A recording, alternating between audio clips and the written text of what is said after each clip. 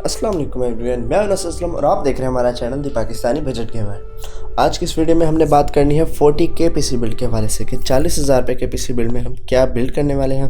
और इस पीसी के हवाले से अगर हम बात करते हैं तो ये गेमिंग के हवाले से 1080p में अल्ट्रा सेटिंग्स पर हर गेम इजीली चला सकता है और यही कंप्यूटर एडिटिंग के लिए भी बहुत अच्छा रहने वाला है। वीडियो को शुरू करने से पहले अगर आपने हमारे चैनल को सब्सक्राइब नहीं किया तो सब्सक्राइब कर लें, क्योंकि हम इसी तरह की इन्फॉर्मेटिव और टेक्निकल वीडियोस लाते रहते हैं।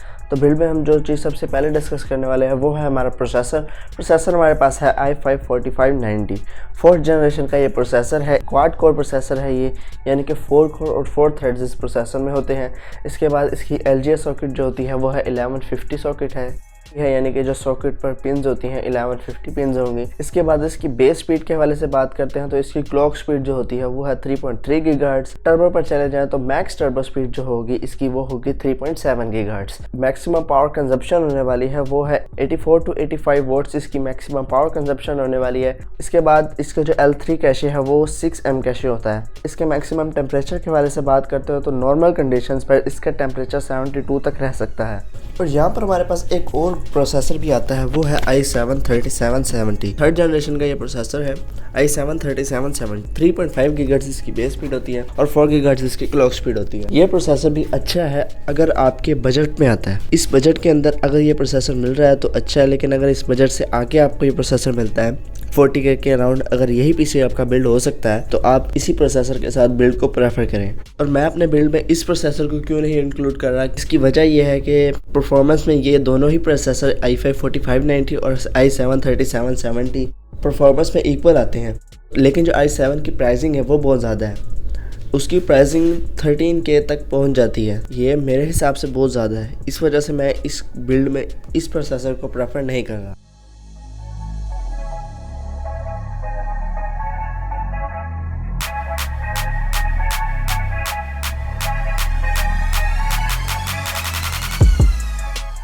अब इसके बाद हम अपने मदरबोर्ड के हवाले से बात करने वाले हैं। तो यहाँ पर हमारे पास कुछ मदरबोर्ड्स के हवाले से मैं आपको बताऊँगा। तो जो सबसे पहला मदरबोर्ड मैं आपको दिखाने वाला हूँ वो है गीगाबाइट का Z95X गेमिंग 780X मदरबोर्ड है। ये LGA सॉकेट इसकी भी 1150 होगी। इस मदरबोर्ड को मैं प्रेफर नहीं करूंगा ख़रीदने में, क्योंकि इस मदरबोर्ड की प्राइसिंग बहुत ज़्यादा होने वाली है। ये हमारे टोटल बजट को डिस्टर्ब कर सकता है, इसलिए हम ऐसे मदरबोर्ड्स की तरफ नहीं जाते हैं। हम नॉर्मल मदरबोर्ड लेंगे जो हमारे बजट को भी सेटिस्फाई करे और हमारी नीड को भी। तो यहाँ पर जो मैंने मदरबोर्ड चूज़ की है इस बिल्ड के लिए वो है B85MG माइक्रो। ये मदरबोर्ड में भी 4 रैम स्लॉट्स आती हैं। ये मदरबोर्ड 1600 मेगाहर्ट्ज़ तक की रैम सपोर्ट कर लेगा DDR3 की। तो इस पीसी बिल्ड में मैं जो भी कंपोनेंट्स इस्तेमाल करने वाला हूँ वो यूज़ नहीं होंगे। तो एक और मदरबोर्ड के हवाले से भी मैं आपको बता देता हूँ, गीगाबाइट का B85MG, और प्राइसिंग के हवाले से मैं आप सबको बाद में ही गाइड कर दूंगा। इसके बाद हम बात करते हैं अपने रैम्स के हवाले से कि इस पीसी बिल्ड में हम कितने रैम इस्तेमाल करने वाले हैं।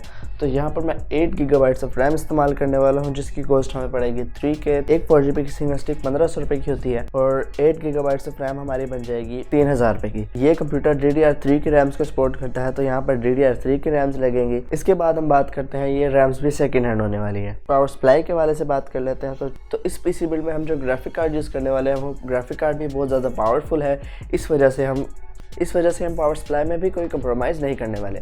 तो यहाँ पर मैंने 500 वाट की पावर सप्लाई ली है। एक अच्छी ब्रांड की पावर सप्लाई प्रेफर करें, क्योंकि पावर सप्लाई हमारे कंप्यूटर की बैकबोन की तरह काम करती है। अगर ये ही हमारे कंप्यूटर की ख़राब हो तो हमारे कंप्यूटर के लिए बहुत ज़्यादा मसले हो सकते हैं। स्टोरेज के हवाले से मैं आपको गाइड करता हूँ। तो स्टोरेज जो हम इस पीसी बिल्ड में इस्तेमाल करने वाले हैं वो 500GB की 500 gigabytes of hard drive HDD यहाँ पर मैंने इस्तेमाल करनी है, जिसकी प्राइसिंग होगी तकरीबन 1300 से 1400 रुपये के बीच। और यहाँ पर मैं एक बूट के लिए 80 गीगाबाइट्स ऑफ SSD भी इस्तेमाल करना पसंद करूँगा, जो कि आपकी विंडोज़ की स्पीड और अगर आप एडिटिंग करते हैं तो उसमें भी बहुत ज़्यादा हेल्पफुल होने वाला है। 500GB की हार्ड ड्राइव और एक 80GB की SSD, जिसकी दोनों की प्राइसिंग हमारे पास 2500 रुपये के करीब हो जाएगी। तो मुझसे कई भाई पूछ रहे थे अपने इंस्टाग्राम के बारे में, तो मैंने अब इंस्टाग्राम भी बना लिया है और उसका लिंक मैं डिस्क्रिप्शन में दे दूंगा। आप मुझे इंस्टाग्राम पर भी फॉलो कर सकते हैं और हमने फेसबुक पर भी एक पेज बना लिया है जहां पर आप हमें लाइक कर सकते हैं। इसके अलावा अगर आपको कोई भी सवाल पूछना हो तो आप मुझसे पूछ सकते हैं। इसके बाद हम बात करते हैं अपने मेन कंपोनेंट के हवाले से, जो है हमारा ग्राफिक्स कार्ड। इस बिल्ड में जो मैंने ग्राफिक कार्ड इस्तेमाल किया है वो है RX 580 4GB का। इसकी और स्पेसिफिकेशन के हवाले से बात करते हैं तो ये 4th ग्राफिक कार्ड की जन है इसकी। तो यहाँ पर जो टेक्नोलॉजी है 14 नैनोमीटर टेक्नोलॉजी, यानी कि जितने नैनोमीटर्स कम होगी उसकी परफॉर्मेंस हमें उतनी ही ज़्यादा देखने को मिलेगी। अब यहाँ पर इसकी 1340 इसकी क्लॉक स्पीड होती है। DDR5 का 4GB का ये ग्राफिक कार्ड है 256 बिट का। इसके अलावा इसके स्ट्रीम प्रोसेसर्स के हवाले से बात करते हैं तो इसके स्ट्रीम प्रोसेसर्स हैं 2304। अब यहाँ पर हम इसकी मेमोरी क्लॉक के हवाले से बात करते हैं कि इसकी जो मेमोरी रैम्स हैं इसकी ग्राफिक कार्ड की, उसकी स्पीड कितनी है, तो वो 7000 मेगाहर्ट्ज़ है, जो कि इफेक्टिव है, जो कि बहुत ज़्यादा अच्छी है। इसके बाद हम इसके मैक्सिमम डिस्प्लेस के हवाले से बात करते हैं कि कोई भी हम स्प्लेंडर लेते हैं वो मैक्सिमम आउटपुट्स हमें प्रोवाइड करेगा 5 मैक्सिमम आउटपुट्स प्रोवाइड करेगा। अगर हम सफायर के नाइट्रो के हवाले से बात करते हैं तो इसके डिस्प्ले पोर्ट पर हमें 8 के रेजोल्यूशन हमें इजीली मिल जाएगी, 16 हर्ट्ज, और HDMI पे भी हमें इतनी रेजोल्यूशन 4K से अच्छी रेजोल्यूशन देखने को मिल सकती है। और यहाँ पर हम बात करते हैं DVI पर, ये ग्राफिक कार्ड हमें 4K रेजोल्यूशन प्रोवाइड नहीं करने वाला, और DVI इतनी सपोर्ट भी नहीं करती DVI पोर्ट।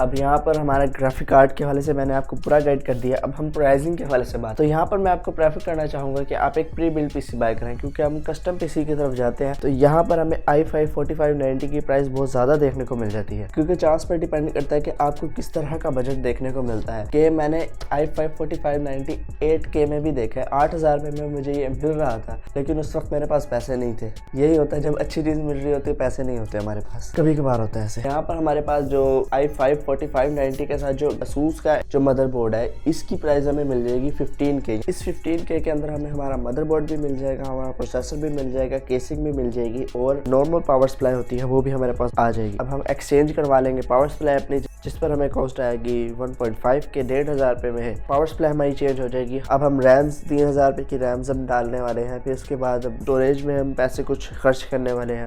22 से 22,500 में हमने अपना CPU पोर्शन कवर अप करना है। इसके बाद जो ग्राफिक कार्ड की प्राइसिंग है वो है हमारे पास 17K to 18K।